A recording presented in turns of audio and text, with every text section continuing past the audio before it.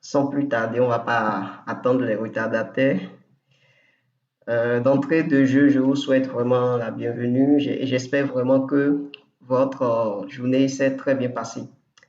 Du coup, je vais activer ma vidéo. Je vais essayer d'activer ma vidéo avec la connexion au Bénin. C'est pas facile de faire des visioconférences avec la caméra allumée, mais on va essayer. J'espère que ça va pas consommer comment je vais dire, la bande passante de beaucoup de personnes. Mais dans le cas échéant, je vais essayer de couper en fait peut-être ma vidéo. Donc, bonsoir, bonsoir. Je vous souhaite encore la bienvenue à cette section. Voilà, il y a des gens qui reviennent. Merci. Donc, merci vraiment à vous d'avoir pris le rendez-vous. Je suis convaincu que ce petit temps que nous allons passer ensemble, on va passer moins de 2 heures. Ne vous inquiétez pas. Je ne vais pas prendre beaucoup de votre temps, mais on va dire l'essentiel, on va dire beaucoup de choses. Et j'espère que ça va booster le moral de quelqu'un, ça va transformer la vie de quelqu'un, ça va challenger la vie de quelqu'un. C'est vraiment là tout l'intérêt de se rencontrer, puis d'échanger autour de ces genres de thématiques. Donc, comment ça va se passer? Je vais en fait projeter en fait mon écran pour que vous tous vous puissiez voir mon écran, à la fois mon visage et puis mon écran. Donc, je vais le faire rapidement. Voilà, Non, ça pas renvoyé. On ne super. vous a pas renvoyé quand même. Donc, j'espère que tout le monde voit mon écran. Encore, c'est ça, lui amener yaourt. Est-ce que tout le monde voit mon écran avant qu'on ne commence?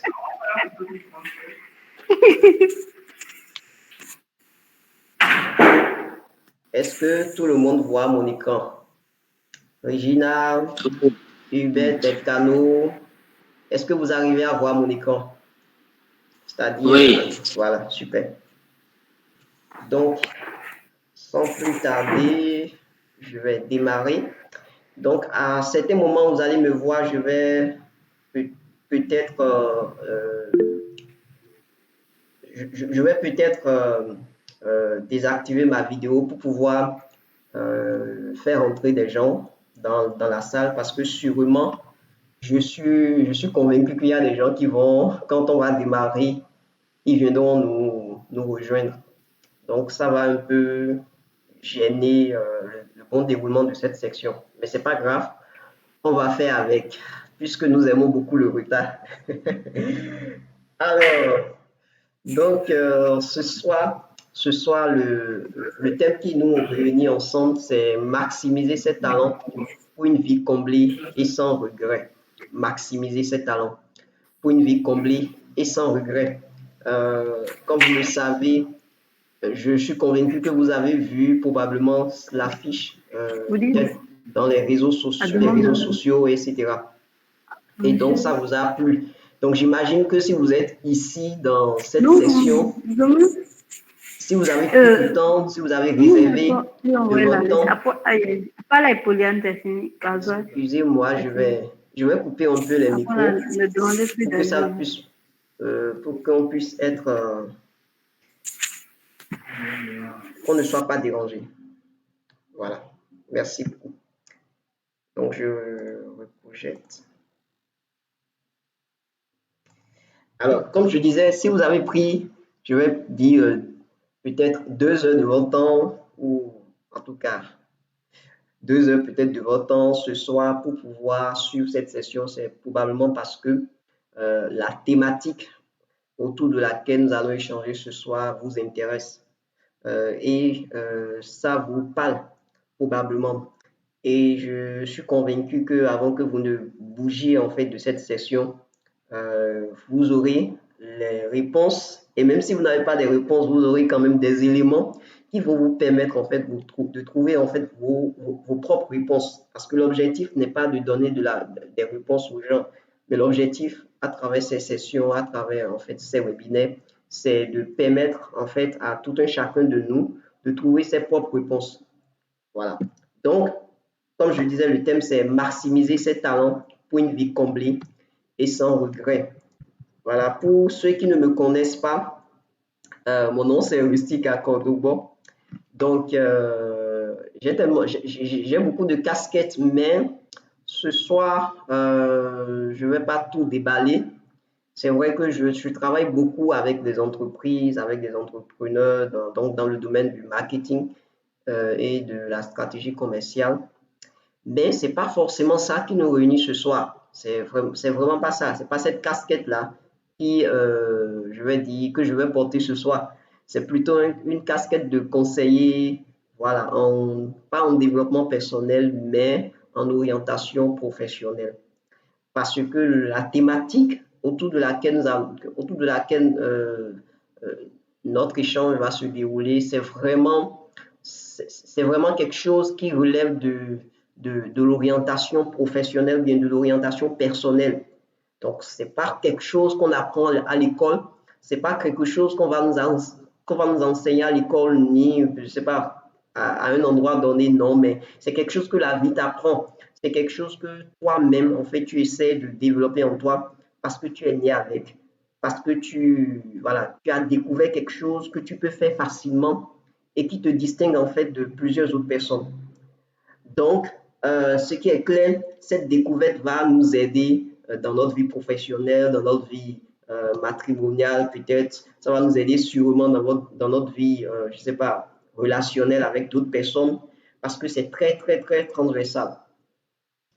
Donc, pour ceux qui ne le savent pas, en fait, ces différentes sessions que je suis en train d'organiser, en fait, ça rentre dans le cadre je vais dire, de la promotion d'un livre en fait que j'ai fait sortir tout dernièrement.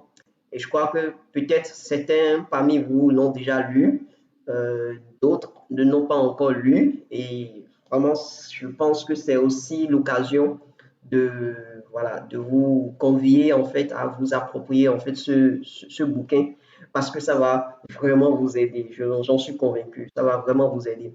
Donc la thématique autour de laquelle nous allons échanger ce soir, en fait, elle est tirée de ce bouquin-là. Elle est vraiment tirée de ce bouquin parce que à un moment donné, je me suis rendu compte que quand le lancement a été fait, le lancement de ce bouquin, Une vie sans regret, a été fait, j'ai commencé par avoir en fait beaucoup de retours, de personnes qui m'écrivaient en inbox et qui me demandaient voilà, de mieux en fait expliquer certaines choses. Parce que j'ai pas eu vraiment l'occasion, ou bien j'ai pas eu tout le temps de tout écrire dans le bouquin. De toutes les manières, dans un livre, on ne peut pas tout dire, on ne peut pas tout écrire, c'est clair. Donc, c'est de là en fait que l'idée m'est venue pour dire, voilà, et si j'organisais des séminaires en ligne, des rencontres en ligne pour pouvoir peut-être encore aller plus en profondeur, expliquer certaines choses sur lesquelles en fait j'ai rapidement survolé.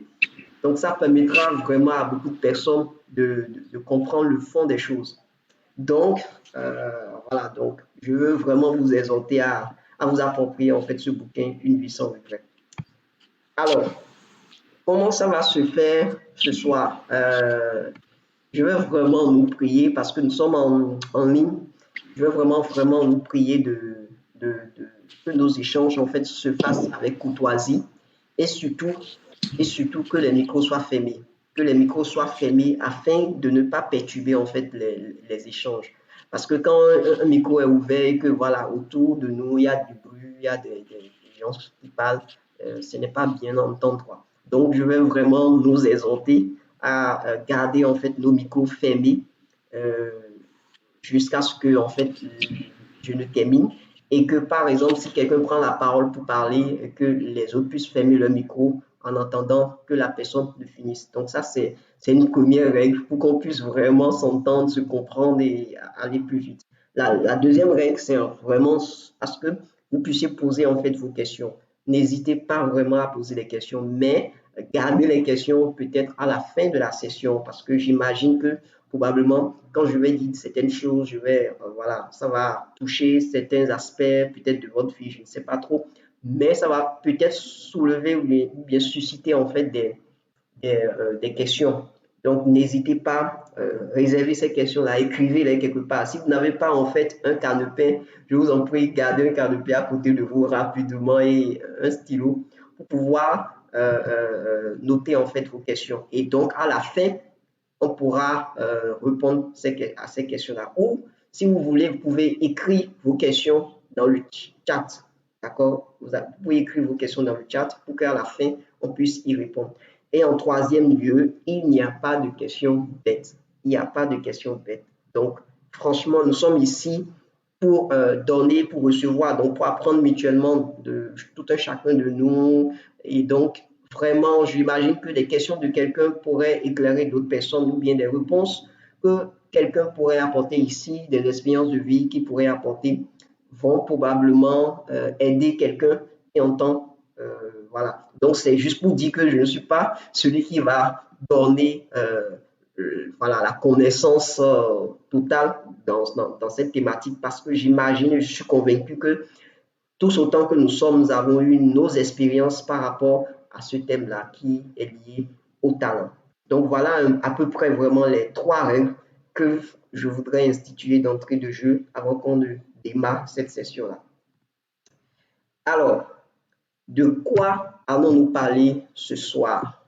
C'est vrai que le thème a été déjà libellé, mais derrière ce thème, il y a encore une autre profondeur, il y a beaucoup de choses. Donc en fait, ce soir, nous allons parler d'un sujet qui va nécessiter vraiment toute votre attention, qui probablement va sauver des vies. Je suis très sûr de ça, parce que c'est un sujet dont on ne parle pas souvent. En fait, notre système éducatif, peut-être au Bénin ou bien même en Afrique, est fait de sorte que ce sujet-là, qu'on n'en parle pas, même à la maison, partout où nous sommes, en fait, on n'en parle pas. On n'a même pas l'occasion, en fait, d'en parler. On n'en parle pas du tout.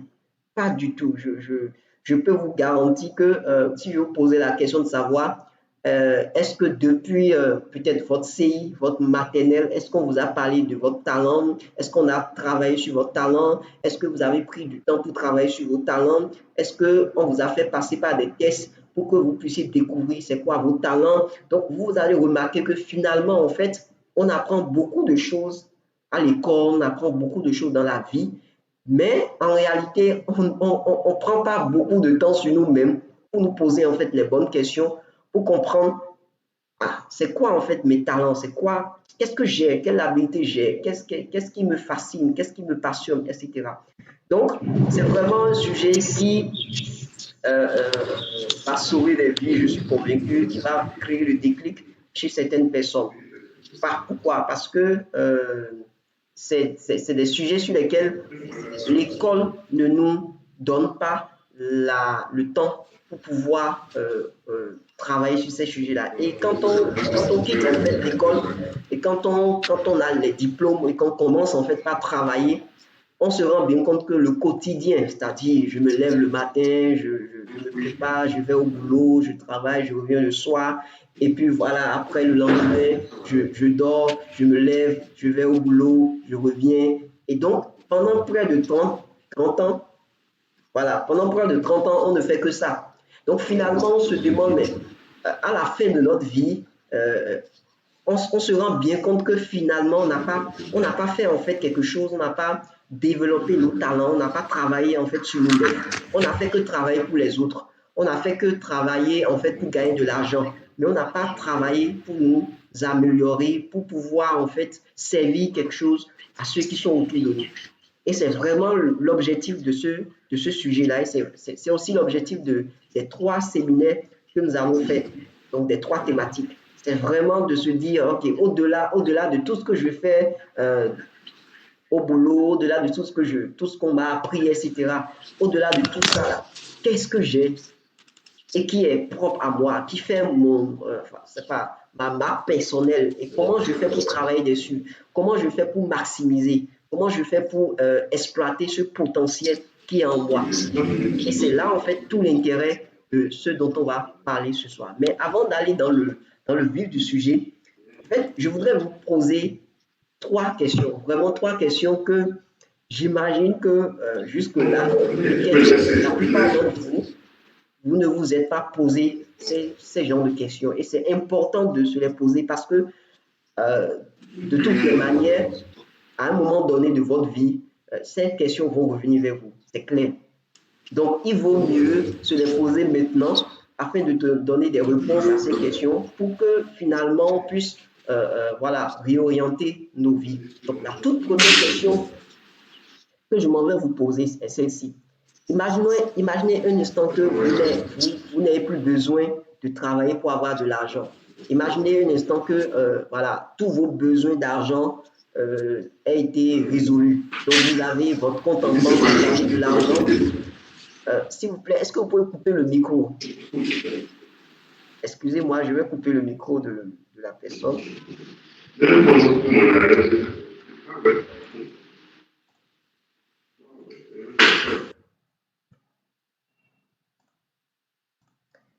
Ok, super. Donc, la première question, imaginez un instant que tous vos problèmes d'argent, d'accord, tous vos besoins d'argent aient été résolus.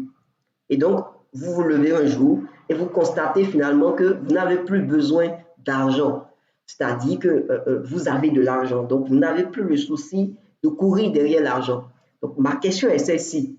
Que feriez-vous en ce moment-là si vous vous levez un jour et que vous constatez que vous n'avez plus, en fait, des problèmes d'argent? Donc, quand vous avez besoin de quelque chose, vous avez de l'argent qui est là. Donc, le problème de l'argent est déjà résolu. Du coup, qu'est-ce que vous allez faire de votre vie? En fait, quelle activité vous allez faire? Quelle occupation, en fait, vous feriez? En fait, qu'est-ce qui va vous occuper dans la vie? Du moment où le problème de l'argent est résolu, la question que je vous pose est celle-ci. Qu'est-ce qui va vous occuper? Parce qu'aujourd'hui, tout le temps, on est préoccupé par l'argent. Je vais au boulot, je gagne ma vie, je m'achète une voiture, je m'achète un appartement, je m'achète, je ne sais pas, des vivres, etc., etc. Donc, je prends soin de ma famille, etc. Donc, tout le temps, pendant près de 30 ans, pendant toute notre vie, on ne fait que travailler pour gagner de l'argent. Et on finit notre vie de cette manière-là. Et la question est celle-ci, mais s'il arrivait que tu n'aies plus besoin d'aller travailler pour gagner de l'argent et que ton souci d'argent ait été déjà résolu, qu'est-ce que tu ferais? Quelle activité tu ferais? Qu'est-ce qui va te passionner? Qu'est-ce que tu ferais? Ça, c'est une première question qu'il faut se poser. La deuxième question que je vous invite à vous poser est celle-ci. Imaginez un instant qu'on vous dise simplement que vous ayez peut-être 60 minutes encore à vivre, sur donc 1 heure. Donc vous avez 1 heure de temps à vivre encore sur Terre. Ma question est celle-ci. Qu'est-ce que vous allez regretter en fait? Qu'est-ce que vous allez regretter de n'avoir pas fait? Que regretteriez-vous de n'avoir pas fait concrètement à la fin de votre vie? Donc, si je vous demande, je vous dis simplement, monsieur, madame, vous avez aujourd'hui encore 60 minutes à vivre. Quel est le regret en fait qui va naître en vous? Qu'est-ce que vous allez regretter de n'avoir pas fait? Ça, c'est une deuxième question. Une deuxième question qu'on n'arrive pas souvent à se poser parce qu'on n'a pas le temps en fait pour se poser ces genres de questions-là. Et la troisième question qui est aussi importante est celle-ci. Qu'est-ce qui vous révolte en fait? Aujourd'hui, quand je vous prends comme ça, qu'est-ce qui vous révolte? Qu'est-ce qui brûle dans votre cœur en fait? D'accord? Quelle cause en fait vous avez un fardeau? C'est-à-dire que quand vous voyez peut-être de l'injustice sociale quelque part, vous êtes révolté. Quand vous voyez des femmes démunies qui sont maltraitées, vous êtes révolté. Quand vous voyez peut-être des enfants qui sont maltraités et voilà, qui sont manipulés, etc., vous êtes révolté.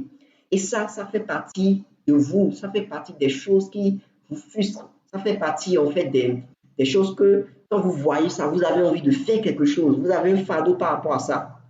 Et pourtant, peut-être vous n'avez jamais le temps pour pouvoir travailler dessus, vous n'avez jamais en fait voilà, le temps qu'il faut pour s'asseoir, pour se demander mais pourquoi est-ce que j'ai ces genres de fardeaux là, pourquoi est-ce que ces genres de choses m'énervent et puis j'ai envie de faire quelque chose pour transformer les choses, pour changer les choses.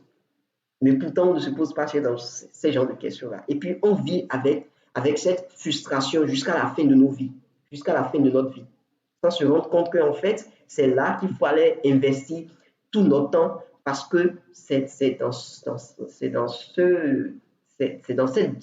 domaine-là qu'on pourrait faire impact. Et puis, on ne le sait pas.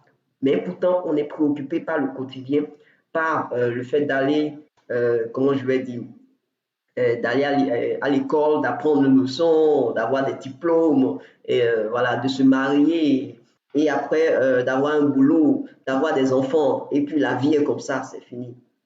Donc, c'est trois questions importantes et que je vous pose, franchement. Et mon objectif ce soir, ce n'est pas de vous donner les réponses à ces trois questions-là, parce que je n'en ai pas, en fait. Pas du tout. En fait, les réponses à ces trois questions, c'est des réponses que chacun de nous, c'est des réponses qui sont adaptées à nous-mêmes. Ma réponse, ou bien mes réponses que je vais donner à ces trois questions ne dépendent que de moi. Et ça ne va pas, en fait, être les mêmes réponses que ce que vous allez donner. Donc, vous allez remarquer que c'est des questions qui sont propres à chacun de nous et auxquelles nous devons trouver des réponses si vraiment nous voulons maximiser notre vie sur Terre. Donc, comme je l'ai dit, mon objectif n'est pas du tout de vous donner des réponses, de dire, OK, voilà la réponse à cette question, voilà la réponse à cette question. Mais mon objectif, c'est de parler de quelque chose qui va vous permettre de pouvoir trouver des réponses, qui va vous permettre en fait de trouver des réponses à ces genres de questions-là. Excusez-moi, je vais prendre, quelqu'un vient de demander accès à la... Voilà, super.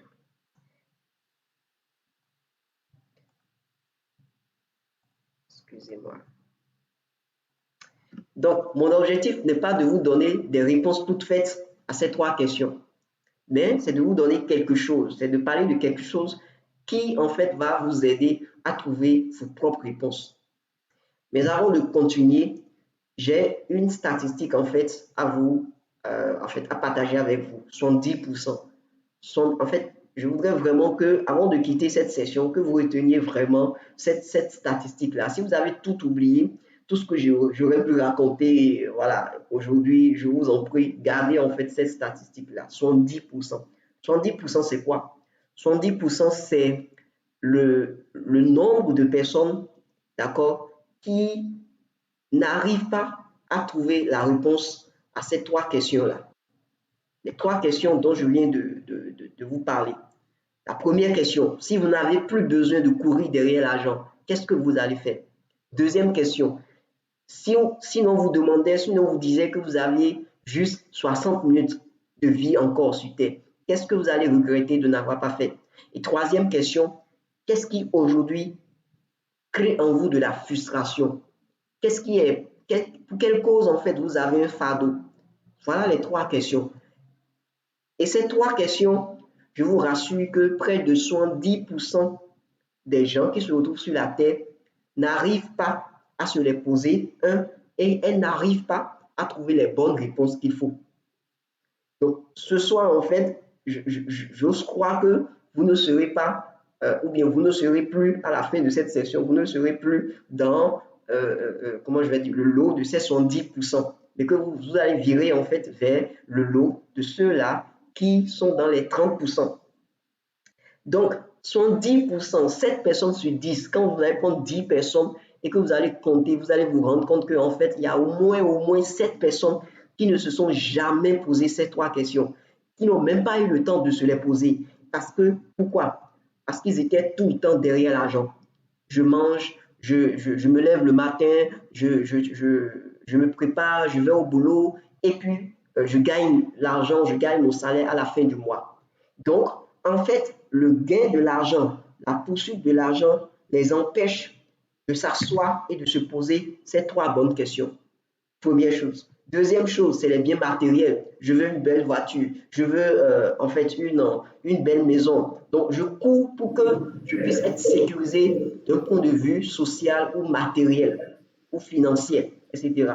Donc, finalement, je n'ai pas le temps. Je n'ai pas vraiment le temps de me poser les bonnes questions. Je n'ai pas le temps de chercher à savoir, en fait, finalement, qu'est-ce qui motive chaque action que je fais chaque jour? Qu'est-ce qui est derrière et qui, lorsqu'on va me dire que je vais mourir dans 1 heure, qu'est-ce que je vais regretter de n'avoir pas fait, etc., etc. Donc, finalement, il y a certaines choses de la vie, le fait d'aller rechercher de l'emploi à chaque fois, parce que l'emploi, quoi qu'on dise, hein, ça contribue à notre épanouissement d'une manière ou d'une autre. Donc, le fait de chercher toutes ces choses-là nous empêche parfois de nous asseoir pour nous poser ces bonnes questions-là. Et c'est tout ça qui fait qu'on se retrouve tout le temps dans les 70%. C'est tout ça qui fait qu'on n'arrive pas à sortir des 70% pour aller vers le lot des 30%. Et les 30%, c'est ceux-là qui, à un moment donné, se sont dit, qu'est-ce qui ne va pas dans ma vie? J'ai de l'argent, j'ai un bon emploi, j'ai une belle voiture, j'ai une belle maison, j'ai une belle femme, j'ai un mari, j'ai des enfants, mais ça ne va pas dans ma vie. Ça ne va pas. Je sens en moi que ça ne va pas. Justement parce qu'à un moment donné, tout ce qu'ils avaient comme acquis n'arrive plus en fait à combler ce vide-là, qui est de chercher en fait les réponses à ces 3 questions-là. Et c'est vraiment important. L'objectif n'est pas de dire, OK, chercher une belle voiture, chercher une belle maison n'est pas important. Je ne dis pas ça. Je ne dis pas que ce n'est pas important. Ce que je dis, c'est ceci, ce n'est pas l'essentiel. Ce n'est pas ce qui va faire qu'on sera heureux. Ce n'est pas ce qui va faire que finalement, à la fin de notre vie, on va se dire, on a bien vécu notre vie et donc on peut partir sans aucun regret, on peut partir sans avoir une petite tristesse dans le cœur. Et c'est ça, en fait, le but de cette session de cette session de ce soir.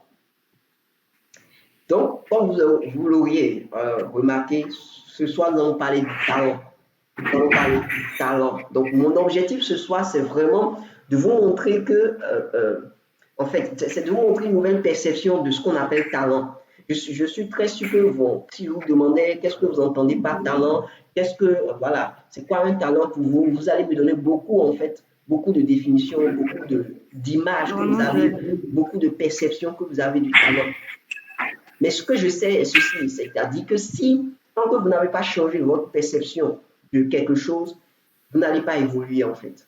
Donc mon objectif ce soir, c'est vraiment de vous apporter un plus dans votre manière de voir dorénavant en fait vos talents, dans votre manière de penser en fait le talent.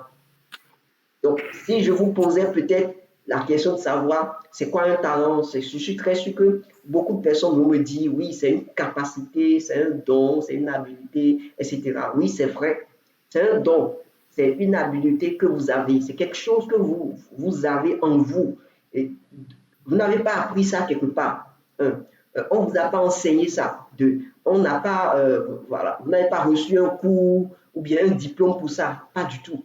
Mais c'est quelque chose que vous sentez en vous, c'est quelque chose que vous faites naturellement. Et peut-être d'autres personnes témoignent autour de vous que vous avez ça. Vous avez quelque chose qui est là, qui est particulier, qui est propre à vous. Donc, en fait, c'est vraiment un don. C'est une capacité qui vous a été donnée. Mais le problème, c'est quoi? C'est une capacité qui vous a été donnée pour le besoin de quelqu'un d'autre.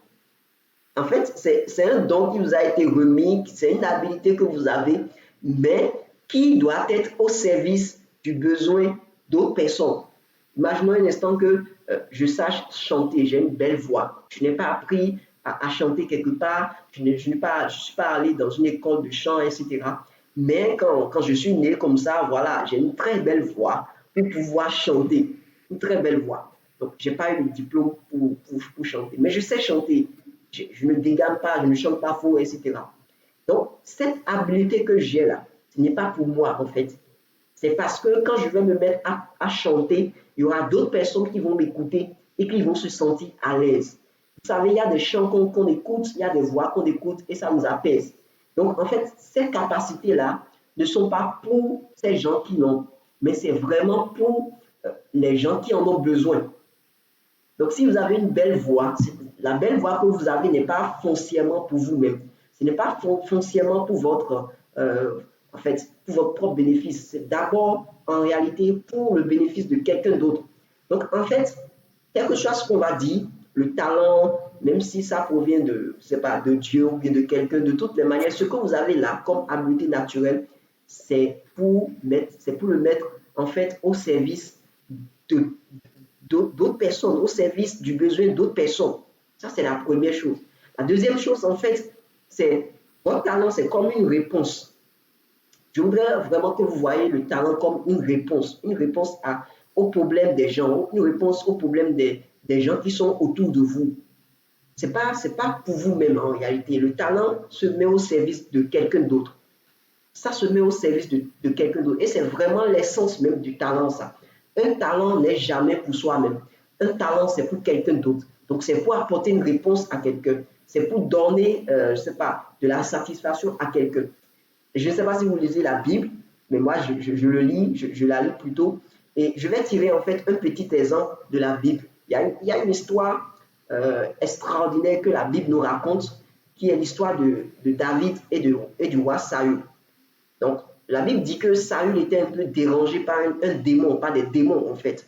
Et il y avait en Israël quelqu'un qu'on appelait David qui savait jouer vraiment à un instrument de musique. Donc, c'était un instrumentiste. Donc, le gars savait jouer vraiment de la harpe.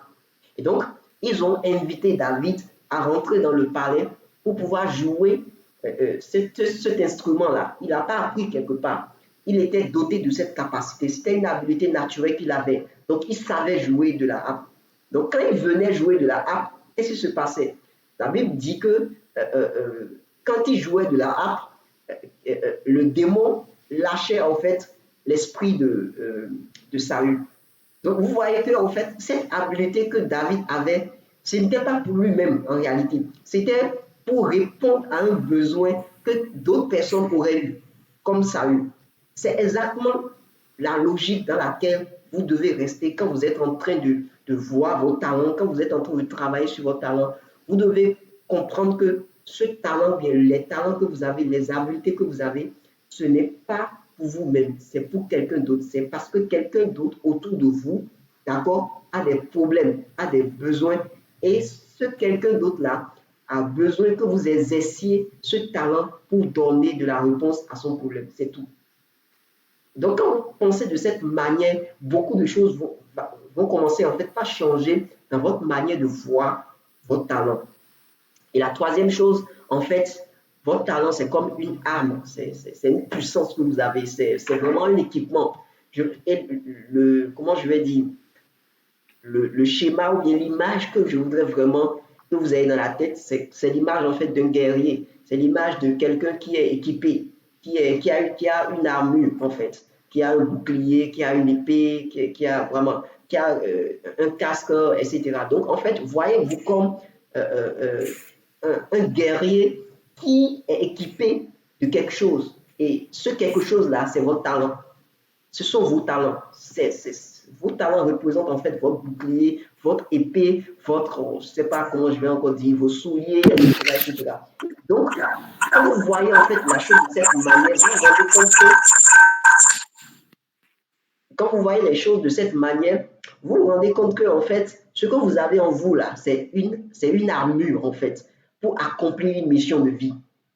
L'objectif du talent, mais l'objectif des habiletés naturelles que vous avez, c'est vraiment pour vous permettre d'accomplir votre mission de vie. C'est-à-dire, en fait, le pourquoi vous êtes là sur la terre, la raison pour laquelle vous existez. C'est pas forcément pour gagner de l'argent, pour avoir voilà, de belles voitures, une belle maison, une belle famille. Voilà, c'est pas ça en fait. La vie va au-delà de ça. Ça va au-delà de ces choses-là. Et donc, le talent que vous avez, c'est vraiment pour vous permettre d'accomplir cette mission de vie-là. Cette mission de vie-là, c'est vraiment ça. Et donc, quand je parle de talent, voyez-vous comme quelqu'un qui est un guerrier et qui va à la guerre, donc qui va pour accomplir quelque chose. Et donc, le talent vous aide, c'est comme une arme que vous avez, c'est un équipement que vous avez et qui vous aide en fait à accomplir l'objectif pour lequel vous êtes là. Quand vous prenez un guerrier, il va où? Il va à la guerre pour avoir de la victoire, pour avoir la victoire. Et donc, pour pouvoir accomplir cet objectif de remporter la victoire, qu'est-ce qu'il a? Il a une épée, il a une ceinture, il a un bouclier, il a un casque, il a des souliers, etc., etc. Il a une arme. Donc, il a une armure, en fait. Et donc, votre talent, c'est votre armure. Et plus vous n'utilisez pas ce talent, moins, en fait, vous allez vous trouver vulnérable, en fait, sur le terrain de la guerre. Parce que quelqu'un qui est un guerrier, qui n'a pas appris, en fait, à manipuler son épée, qui n'a pas appris, en fait, à manipuler, en fait, son bouclier, comment vous voulez que ce guerrier-là, une fois sur le champ de la bataille, d'accord, comment vous voulez qu'il puisse utiliser correctement ses armes? En fait, il aura des épées, il aura ses armes, mais il ne saura pas les utiliser pour avoir la victoire. Et donc, le talent est fait pour être travaillé, pour être utilisé pour avoir la victoire. Donc, cette victoire, c'est quoi? C'est votre mission de vie. Donc, vraiment, mon objectif, c'est de vous faire penser au-delà vraiment de ce qu'on va dire, un don, une habileté. Pensez vraiment à quelque chose que vous mettez au service des autres, une réponse que vous venez apporter aux autres, mais aux problèmes d'autres personnes. Et donc, un équipement, bien une puissance, bien un pouvoir que vous avez pour pouvoir accomplir votre mission de vie. Et c'est super important. Dès que vous comprenez les choses de cette manière, beaucoup de choses vont commencer en fait par changer dans votre manière de voir votre talent. C'est-à-dire la chose que vous avez de manière naturelle. Moi, j'ai fait avec quelqu'un, j'ai fait l'université, d'accord, avec une fille, et pendant 5 ans, elle a fait le parcours avec nous à l'université, d'accord. Mais à la fin, vous voyez, cette fille-là, elle n'utilise plus son diplôme, mais elle a, par exemple, comment je vais dire, un salon de coiffure, parce que elle a, en fait, depuis qu'elle était petite, elle savait tresser de manière naturelle. Elle tressait les gens naturellement. Elle n'avait pas appris ça quelque part. Elle n'avait pas eu un diplôme de tresse ou de coiffure. Non. En fait, c'était une habileté naturelle qu'elle avait. Elle aimait tresser les gens. Elle aimait manipuler les cheveux, etc. Et donc, malgré qu'elle ait fini, en fait, l'université, aujourd'hui, ce n'est pas son diplôme qu'elle mange. Ce qu'elle mange, en fait, c'est son talent. C'est cette capacité naturelle qu'elle a et qui lui permet en fait de vivre décemment et d'être épanoui dans sa vie. Donc ce dont je parle, ce n'est pas du diplôme, c'est vraiment pas quelque chose que vous avez appris quelque part, mais c'est quelque chose avec lequel vous êtes né et vous développez cela aisément autour des gens. Alors, je vais continuer pour vous raconter en fait une petite histoire de combien en fait votre talent a de la puissance. Le talent, c'est une puissance, comme je viens de le dire. Ne voyez pas juste que c'est un don. Ah oui, moi je sais faire ça. Oui, naturellement, je sais jouer à la guitare. Je n'ai pas appris ça quelque part. Ou bien, voilà, je sais parler en public. Je n'ai pas appris ça quelque part, etc., etc. Mais à travers cette histoire-là, en fait, je voudrais en fait vous montrer combien de fois ce talent n'est pas juste un don, mais c'est une puissance. C'est vraiment une puissance.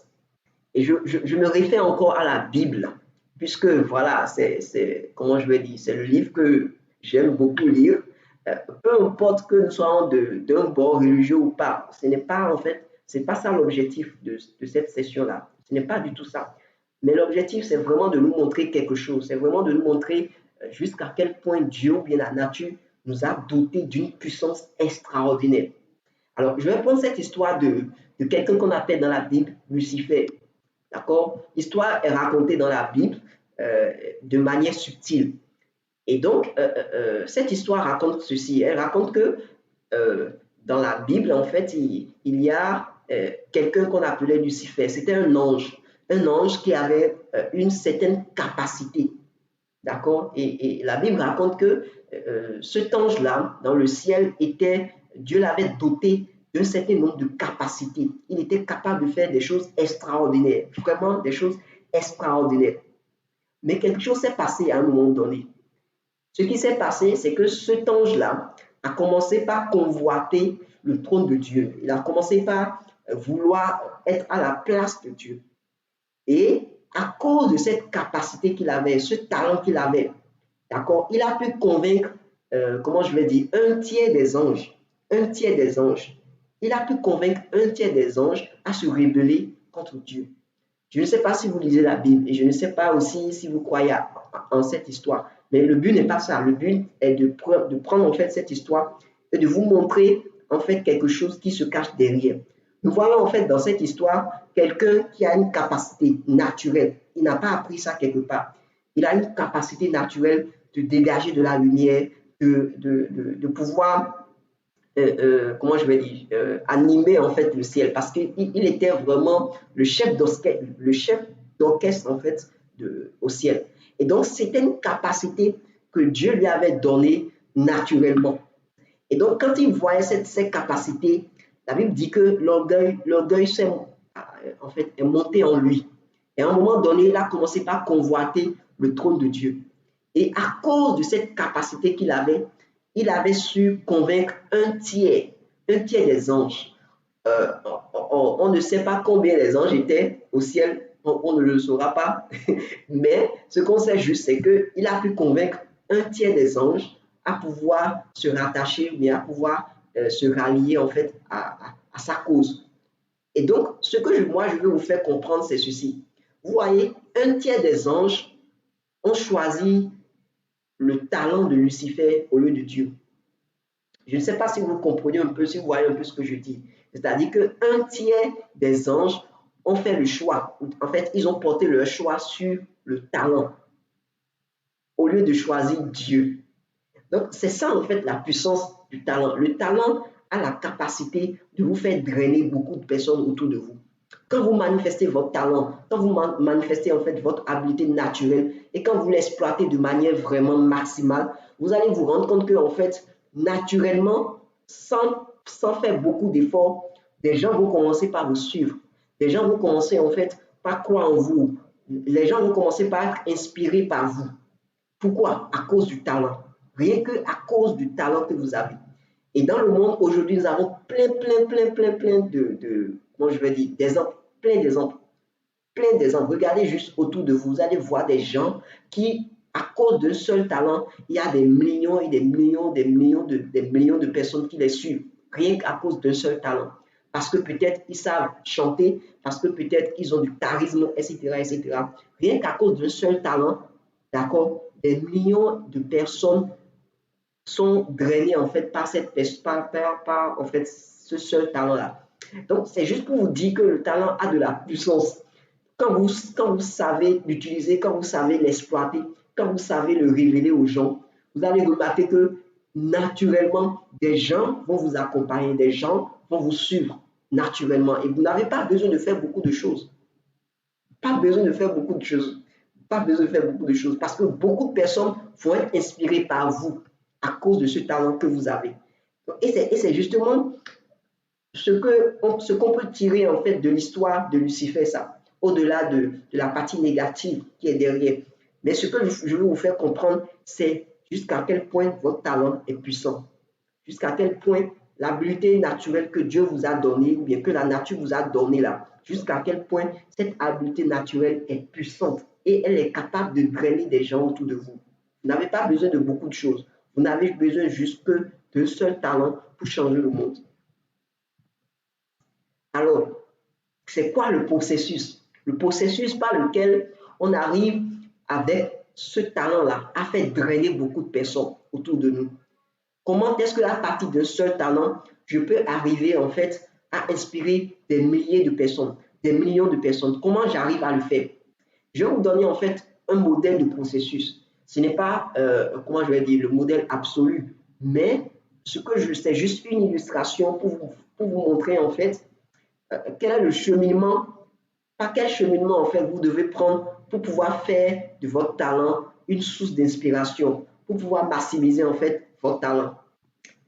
Imaginez-vous un instant que un jour vous êtes là et que vous découvrez en fait votre talent, d'accord? Ce que vous savez faire, l'habileté naturelle que vous avez, voilà, le don naturel que vous avez là.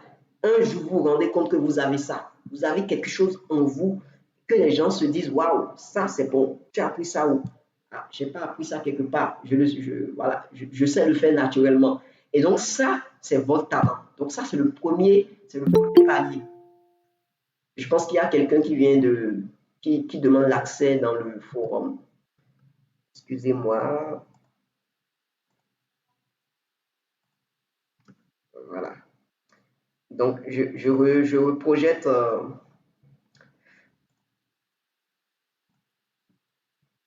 Donc, imaginez-vous qu'à un moment donné, vous vous rendez compte de quelque chose que vous avez, ce petit truc-là, qui fait la différence, ce petit truc que les gens disent, waouh, c'est toi qui as fait ça, waouh, tu es talentueux, voilà, tu as ce talent, hein, waouh, c'est un don pour toi, on dirait. Voilà. Donc, ces genres de témoignages-là commencent en fait par vous donner des échos. Ça vous donne en même temps des, comment je vais dire, voilà, de la lumière. Et vous vous rendez compte que en fait, vous avez quelque chose que tout le monde n'a pas, quelque chose que, voilà, tous ceux-là qui sont autour de vous témoignent que vous avez ça. Ça, c'est le talent, ça. Mais le talent en lui-même, ce n'est pas encore quelque chose de très valeureux. Ce n'est pas avec ça que vous allez drainer beaucoup de personnes. En fait, il faut que ce talent passe par un processus. Le deuxième pilier, c'est que c'est le pilier de la compétence. C'est-à-dire que le talent va devenir plus tard une compétence, quelque chose que vous savez le faire correctement. C'est-à-dire que quand vous prenez, quand vous décidez de le faire, vous le faites de manière vraiment pointue. Donc, à partir de ce talent-là, vous développez une compétence. D'accord? Et le troisième pilier, c'est que cette compétence, parce que vous avez eu à l'exploiter plusieurs fois, vous l'avez déployé plusieurs fois, vous avez fait plusieurs fois et des gens l'ont vu. Donc, vous avez acquis de l'expérience. Cette compétence devient une expertise. Donc, les gens vont courir derrière vous parce qu'ils ont besoin de cette expertise-là. Ils ont besoin de ce talent qui est devenu plus tard une expertise, quelque chose que vous savez très, très, très, très bien le faire. Quelque chose que, au cours des expériences, vous avez acquis cette expertise-là. Et donc, vous savez le faire naturellement, sans beaucoup d'efforts, parce que vous êtes expert dedans. Et en troisième lieu, c'est que cette expertise devient une source d'inspiration pour beaucoup de personnes. Je ne sais pas si vous comprenez un peu ce que je dis. Ce que je dis, c'est très simple, c'est-à-dire que le talent en lui-même n'est pas encore, comment je vais dire, ce n'est pas ça qui va vous rendre extraordinaire. Non, c'est quand ce talent va prendre par un processus, quand à un moment donné, vous allez exercer ce talent et ça va devenir vraiment une compétence en vous. Vous êtes conscient que voilà, maintenant vous avez quelque chose. Et au fur et à mesure que vous déployez cette compétence devient une expertise en vous parce que vous avez acquis de l'expérience. Vous êtes maintenant un expert dedans. Et donc, du coup, quand vous devenez en fait un expert, il y a un autre niveau qui est que vous êtes capable de pouvoir l'enseigner à d'autres personnes. Vous êtes capable, à travers en fait cette expertise-là, vous êtes capable de pouvoir le transférer ou bien l'enseigner à d'autres personnes. Vous êtes capable de prendre quelqu'un et de lui montrer comment il va faire. Et donc, du coup, vous devenez en fait une icône. Vous devenez en fait un leader. Vous devenez une source d'inspiration. Et c'est vraiment là que vous maximisez le plein potentiel de votre talent. Parce que tout au départ, vous êtes talentueux, les gens vous qualifient de talentueux, mais être talentueux, ça ne suffit pas. Il faut grimper d'un autre niveau. Il faut être compétent. Mais être compétent aussi, ça ne suffit pas pour faire impact. Ça ne suffit pas parce qu'il y a beaucoup de personnes qui sont compétentes comme vous. Ça ne suffit pas. Et le troisième niveau, c'est qu'il faut que vous développez votre expertise et que vous deveniez un expert. D'accord? Et être expert aussi, c'est vrai, c'est vraiment un bon niveau qui va peut-être vous générer de l'impact parce que les gens vont reconnaître en vous quelqu'un qui connaît ce qu'il fait. Il ne fait pas de l'à peu près, mais il est pointu dans ce qu'il est, il est pointu dans ce qu'il fait, etc., etc. Donc, vous devenez vraiment un expert parce que vous avez acquis de l'expérience dans ce que vous êtes en train de faire. Donc, ce que vous êtes en train de faire n'est plus juste quelque chose, une habileté naturelle, mais quelque chose de brut, mais vous l'avez travaillé. Vous l'avez fait passer vraiment par du feu. Et c'est devenu vraiment de l'or qui est travaillé, qui brille. Mais ça ne suffit pas. Il y a un dernier niveau qui est le niveau du leadership où vous devenez en fait un leader. C'est-à-dire qu'en déployant votre expertise, en déployant ce que vous savez mieux faire, vous devenez en fait une source d'inspiration. En fait, des gens vont vous prendre comme des modèles juste parce que vous avez su travailler votre talent. Si quelqu'un ne vous prend pas comme un modèle, ça veut simplement dire que vous n'avez pas encore exploité le plein potentiel de votre talent. Parce que lorsque vous démarrez, quand vous commencez en fait par exploiter le plein potentiel de votre talent, franchement, je vous assure, vous n'avez pas besoin de faire quelque chose des gens vont vous suivre parce que vous allez devenir en fait une source d'inspiration pour beaucoup de personnes. Et des gens vont venir en fait vers vous à cause de ce talent-là. Ils vont venir en fait apprendre de vous, ils vont venir en fait s'inspirer de votre parcours, s'inspirer de ce que vous savez faire, s'inspirer de ce que vous êtes, etc., etc. Donc là, en fait, vous devenez en fait un leader. Ce n'est pas juste votre talent qui travaille, mais c'est aussi votre attitude. C'est votre vision, c'est la manière dont vous le faites, c'est toute votre personnalité en fait qui entre en jeu à ce niveau-là. Parce qu'il y a beaucoup de talentueux, mais il y a très peu de leaders. Il y a beaucoup de personnes qui sont talentueuses. Quand ils déploient en fait leur talent autour de vous, vous serez étonné. Mais ils n'ont pas le caractère qui est derrière. Ils n'ont pas en fait, comment je vais dire, voilà, l'attitude qui est derrière. Et donc c'est le mélange en fait de ce talent-là et de cette personnalité que vous avez, de cette, comment je vais dire, voilà, de cette personnalité que vous avez et de cette vision, de cette passion que vous avez qui devient en fait une source d'inspiration pour plein d'autres personnes. Et finalement, en fait, vous devenez une école. Et c'est vraiment ça le processus. Parce que votre simple talent ne pourra pas vous aider vraiment à aller loin. C'est vraiment un travail à faire à chaque niveau. Pour quitter le talent, pour aller à l'étape de la compétence, il faut du travail.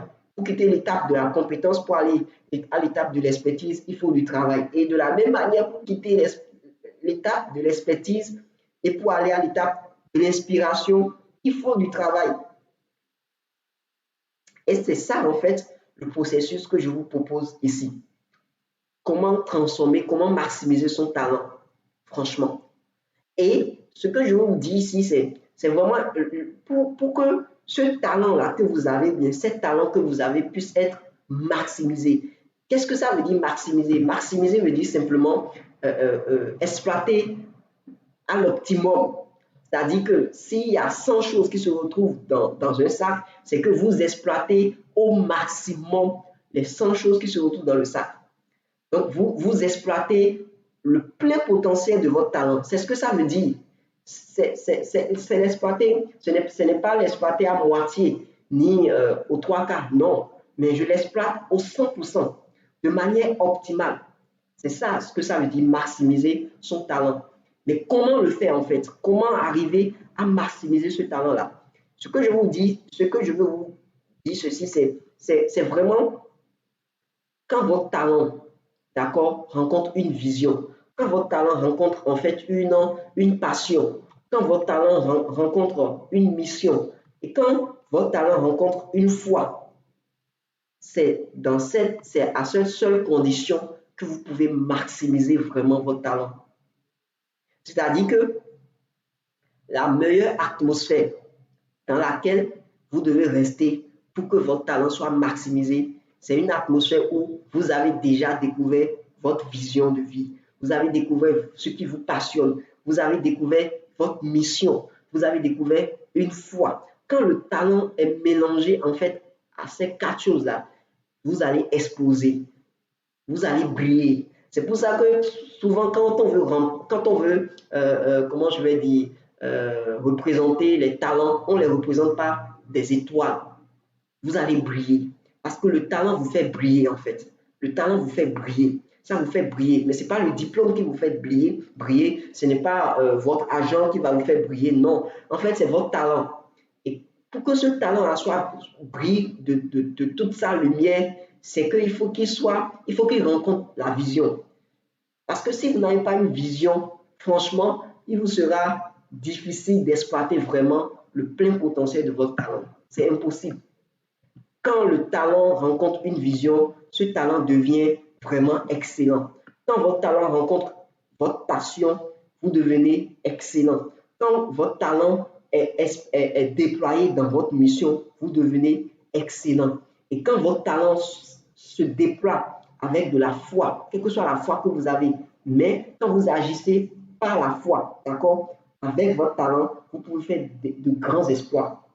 Et c'est ça, en fait, le milieu dans lequel vous devez baigner, le milieu dans lequel, en fait, vous devez faire baigner, en fait, votre talent pour que ça devienne vraiment une source d'inspiration pour beaucoup de personnes. La vision. En fait, qu'est-ce que la vision vient faire à votre talent? En fait, la vision vient donner une direction à votre talent. La vision vient donner une direction à votre talent. Parce que quand vous avez un talent et que vous n'avez pas une vision, c'est inutile en fait. C'est comme vous avez, je sais pas, vous avez une arme, d'accord, un pistolet, et puis voilà, parce que vous n'avez pas une vision, vous tirez partout. Vous ne serez pas efficace. Donc la vision vient donner en fait une orientation, un focus à votre talent. Première chose. Deuxième chose, la passion vient donner, comment je vais dire, une source d'énergie. Quand vous êtes fatigué, c'est à cause de la passion que vous allez encore déployer le talent. La passion, en fait, vient donner de l'énergie à votre talent. La mission, en fait, vient vous, comment je vais dire, ça vient vous cadrer. Ça vient vous donner, en fait, la finalité de votre talent. Qu'est-ce que ça va devenir finalement? Et la foi, en fait, c'est le côté qu'on n'explique pas. C'est la dimension qu'on n'explique pas. C'est quelque chose qu'on ne voit pas. Mais cette foi vous fait déplacer des montagnes. Même quand les gens vont dire c'est impossible, à cause de cette foi, vous allez déployer votre talent et vous allez faire des exploits. Donc, c'est les quatre choses, en fait, qui, finalement, permettent d'exploiter le plein potentiel de votre talent. Et quand vous n'avez pas ces choses-là, franchement, vous pouvez avoir le plus beau des talents, ça ne vous servira à rien du tout. Franchement. En fait, le talent en soi-même ne sert à rien. Parce qu'il y a beaucoup de personnes qui sont talentueux, mais ils n'ont pas de succès. Parce qu'ils n'ont pas une vision, parce qu'ils n'ont pas une passion qui est derrière, parce qu'ils n'ont pas découvert leur mission de vie, parce qu'ils n'ont pas une foi derrière qui les conduit. Et qui fait que même s'ils ont des blocages, même s'ils ont des obstacles, ils arrivent en fait à supplanter ces montagnes-là et à faire des exploits. Quand vous avez ces quatre choses réunies et que votre talent est baigné dans ces quatre choses-là, quel que soit ce que vous êtes, que vous soyez un chrétien, musulman, animiste, quel que soit ce que vous êtes, il n'y a rien à faire. Votre talent va briller. Et les gens vont reconnaître en vous quelque chose d'extraordinaire. Parce que ces quatre choses-là ont exercé en fait une force sur votre talent. De sorte que après ces forces-là, en fait, votre talent est devenu, comment je vais dire, une lumière, vraiment, vous brillez de toute votre couleur, etc., etc. Et vous devenez vraiment une source d'inspiration à beaucoup de personnes. Donc, l'objectif, c'est vraiment de se dire quelle est ma vision, quelles sont mes passions, quelle est ma mission de vie et quelle est ma foi. Quand je découvre ces quatre choses-là, finalement, le talent, lorsque je le découvre, ça baigne en fait dans ces quatre choses-là et ça s'explose de manière extraordinaire. Alors, ce que je vais vous dire ce soir pour finir rapidement, c'est que dans le bouquin dont je vous ai parlé tout au début, c'est Une vie sans regret, d'accord? Il y a un outil qui est dans ce bouquin que j'ai conçu. Et cet outil, en fait, vous permet de vous poser les bonnes questions. Vous voyez, les premières questions, les trois premières questions que j'ai projetées tout au début de cette section, c'est vraiment ces trois questions-là qui ont été monnayées, qui ont été détaillées. D'accord? Donc, dans ce bouquin, en fait, il y a un outil qui, en fait, vous force à la réflexion parce que c'est des questions auxquelles on n'a pas souvent le temps de répondre, mais on n'a pas souvent le temps d'aller chercher des réponses à cela et donc de réfléchir dessus. Donc, quand vous prenez en fait ce bouquin, il y a cet outil-là qui vraiment vous force à la réflexion. Que faites-vous très bien? Qu'est-ce que vous savez faire bien? Qu'est-ce que vous savez faire sans, comment je vais dire, sans vous déranger? Qu'est-ce que vous faites et quand vous le faites, en fait, les autres admirent en fait ce que vous faites. Ils sont éblouis par ce que vous faites. Donc, c'est des questions subtiles comme ça qui sont posées en fait dans le bouquin, dans cet outil-là.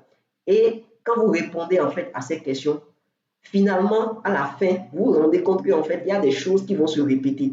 Il y a des choses qui reviennent à chaque fois. À chaque fois que vous posez ces genres de questions-là, il y a des choses qui vont revenir à chaque fois. Et ces choses qui reviennent à chaque fois-là, c'est ça vos talents. Vous allez remarquer finalement que ce n'est pas juste une seule chose qui va revenir plusieurs fois. Ce n'est pas juste deux choses qui vont revenir plusieurs fois. C'est tout au moins trois choses. Si vous faites bien en fait ce travail-là, c'est tout au moins trois choses qui reviendront tout au moins. Et pour certaines personnes, ça peut aller jusqu'à 10 choses qui vont revenir. Donc, c'est juste pour dire qu'en fait, Un seul humain, un seul être humain comme ça n'est pas juste doté d'un seul talent. Nous avons plusieurs talents. Et ces talents, en fait, nous proviennent d'où? Ça nous provient de nos parents, en fait. Ça nous provient de nos ascendants, en réalité. Parce que c'est des habiletés naturelles que nous avons héritées, en fait, de nos pères, ou c'est pas, de notre maman, ou bien de notre famille maternelle, de notre famille paternelle, etc., etc. Donc, c'est ces genres de choses-là qui sont combinées dans notre vie, qui sont mélangées et qui forment, en fait, ce que nous sommes aujourd'hui. C'est dans notre ADN. C'est vraiment dans notre ADN. C'est quelque chose dont on ne peut pas se détacher. C'est quelque chose avec lequel on est né avec. On est né avec. Et on fait les choses naturellement avec ça. Alors, ce que je vous propose dans ce bouquin, c'est vraiment un travail, c'est vraiment un outil qui va vous forcer à vous poser les bonnes questions et à chercher les bonnes réponses qui sont adaptées à vous-même. Et à la fin, vous allez vous rendre compte que, en fait, vous avez plein de talents extraordinaire. Vous êtes vraiment doté de plusieurs choses. Et rien qu'à cause de ces petites choses-là, quand vous allez vous concentrer sur ça, vous allez remarquer que vous pouvez faire en fait des exploits avec. Et c'est ça l'objectif de la vie. L'objectif de la vie n'est pas en fait d'aller de naître et puis d'aller à l'école, d'avoir un diplôme, de se marier, d'avoir un emploi et puis d'avoir des enfants et puis la vie est finie comme ça. Non, pas du tout. L'objectif de la vie, c'est pas du tout ça. C'est vraiment de se découvrir et de déposer quelque chose pour la progéniture. De sorte que même quand on va passer de cette terre à l'au-delà, des gens, quand ils vont entendre nos noms, ils puissent se référer à quelque chose. Aujourd'hui, quand je vais vous parler de Michael Jackson, vous allez me dire, waouh, celui-là, il sait chanter, il sait danser. C'est le roi de la pop. Pourquoi? Parce qu'il a découvert un talent, il a découvert une capacité naturelle. Il n'a pas appris ça quelque part. Mais il a découvert ça. Et quand il l'a découvert, il a travaillé dessus.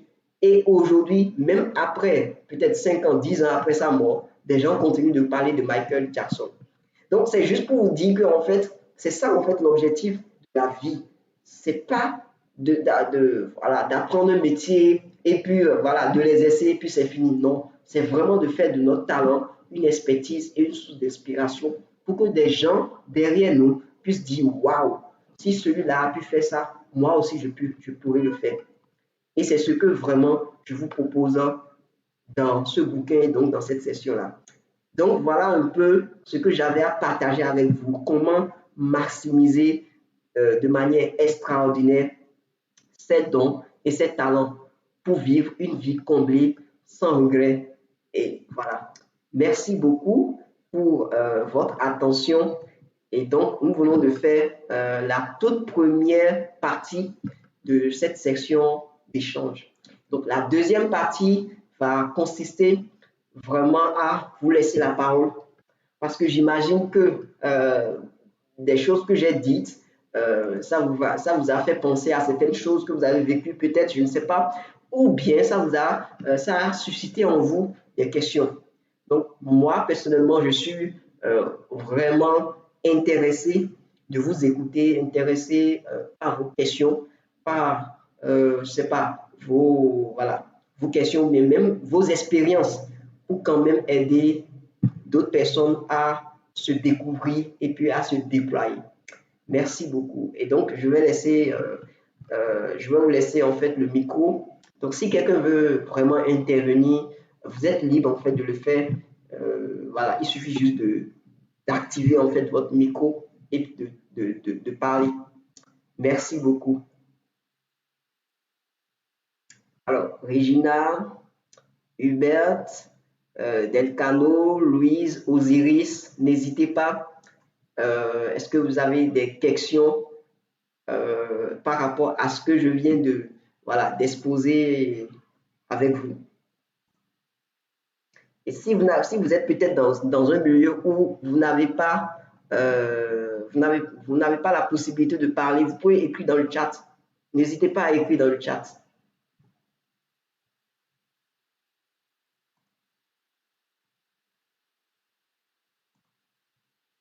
Alors, vous êtes avec moi?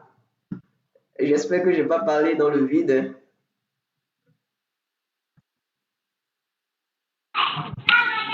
Hey, allô? Allô, Decano, bonsoir. Oui, rebonsoir, monsieur Rustic. Bonsoir. Vraiment, je suis plus qu'en joie même. Wow.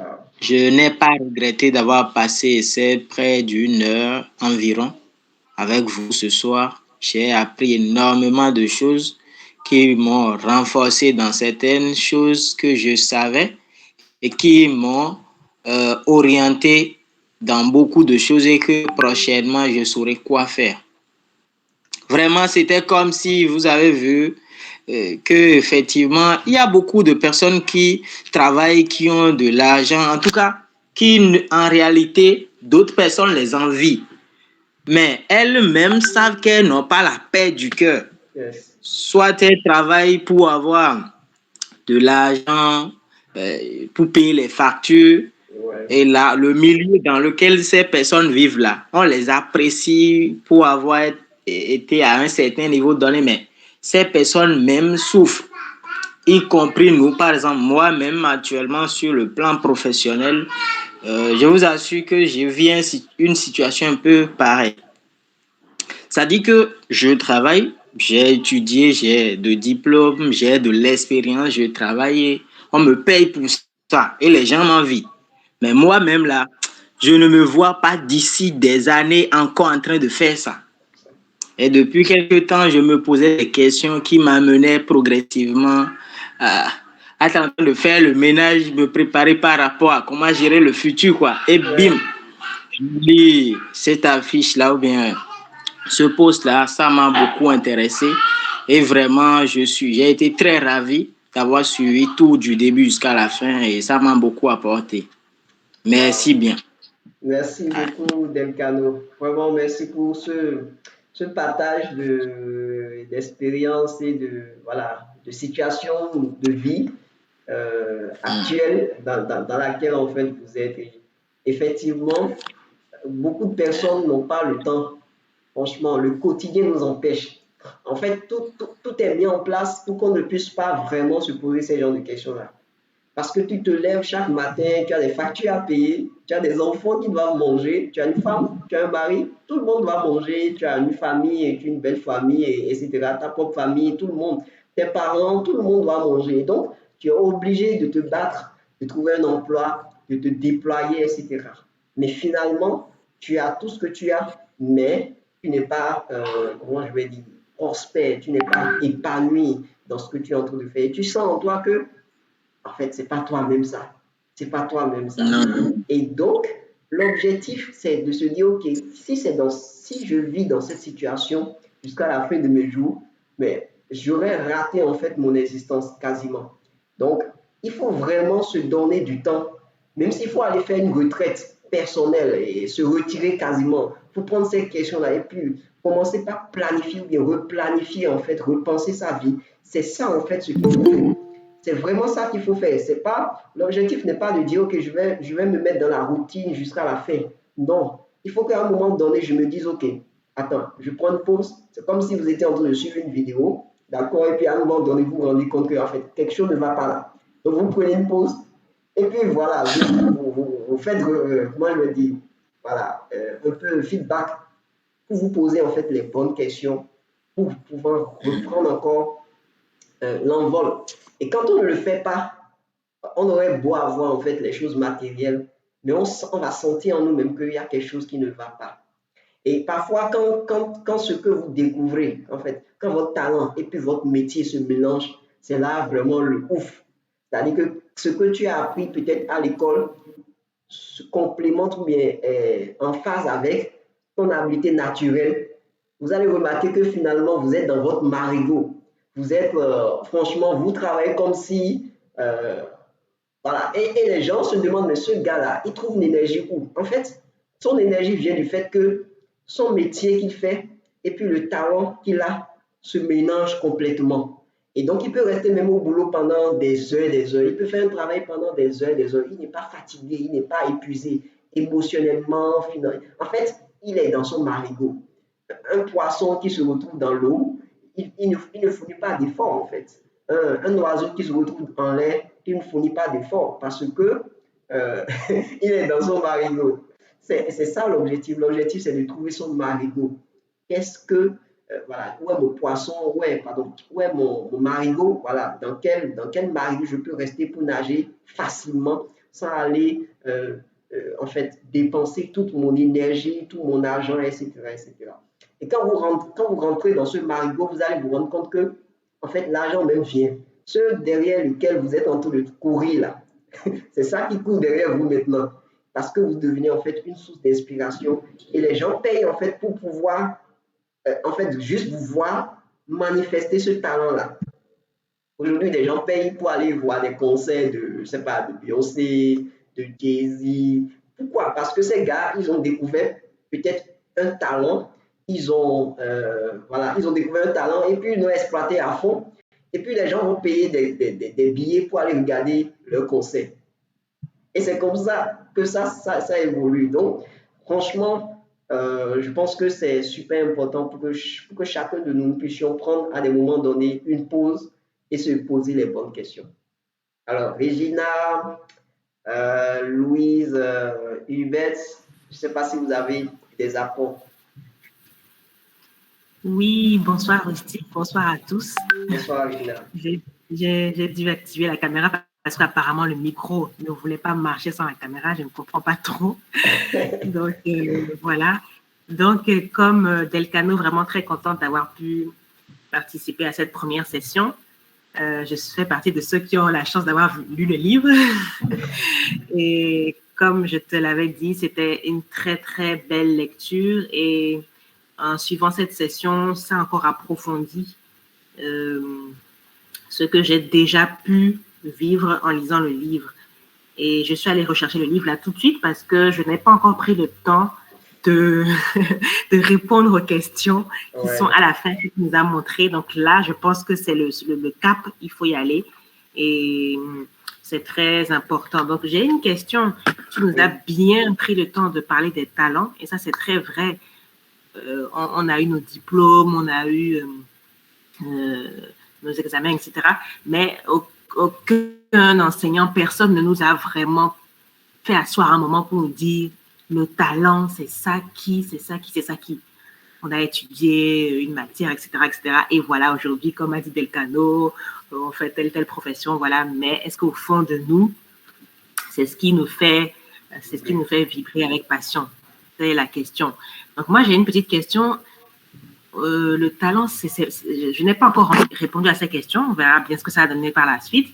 Mais j'ai l'impression que c'est pas si facile que ça à détecter le fameux talent. C'est pas si facile que ça. Des fois, on a peut-être ça sous les yeux, mais on se dit, oh non, ça ne peut pas partir de là, c'est tellement bête, mais non. On minimise. Et je ne sais pas si, dans l'exercice d'écriture de ce livre, tu as, comment dire, je ne sais pas, aujourd'hui, tu nous parles de Michael Jackson, d'autres stars, plein de personnes. Si on pouvait avoir une petite liste de personnes, de personnalités, même qu'on connaisse ou qu'on ne connaisse pas, le nom ou peu importe, et tel talent à côté, pour que ça puisse nous éveiller en nous, dire que, telle personne aujourd'hui, ou il y a 10 ans, il y a 50 ans, avec ce brin de talent qu'elle a su identifier, elle a pu faire ce processus, ça. Parce que des fois, on a la chose là, mais on se dit, oh non, bof, qu'est-ce que je vais chercher là, c'est rien, c'est ridicule, et ça dort en nous, ou parce qu'on ne nous apprend des encouragements, des choses comme ça. Donc, je ne sais pas, qu'est-ce qui pourrait nous ouvrir les yeux, et nous dire, ce n'est pas rien, ne minimise pas ça, et tu peux travailler dessus. Donc, je pense que je me dis que ça pourrait, en tout cas, personnellement, m'aider à voir sur ce fameux talent-là. Voilà, le champ des possibles et ne pas minimiser. Parce que comme tu as dit, tu as dit quelque chose qui m'a aussi touchée. On est né avec, ça fait partie de nous, de notre ADN. On ne peut pas nous l'enlever. Donc ça, c'est très puissant. Et ça fait encore, et c'est ça qui rend encore plus difficile à trouver. Donc, voilà ce que je voulais mettre en lumière. Merci. Ok, merci beaucoup, Regina. Je vais essayer de donner des éléments de réponse en fait à ta question. Et c'est vrai que dans le bouquin, d'accord, l'erreur l'erreur à ne pas commettre, c'est de lire le bouquin comme voilà, un roman ou bien, je sais pas, d'affilée, c'est-à-dire je le lis directement comme ça. C'est vraiment l'erreur à ne pas commettre. Franchement, si vous prenez ce bouquin, ne le lisez pas de manière d'affilée. Peut-être que vous pouvez le lire de manière d'affilée une première fois, mais c'est important de revenir dessus sur certaines choses parce que ça va vous permettre en fait de vous poser, de trouver en fait les bonnes questions.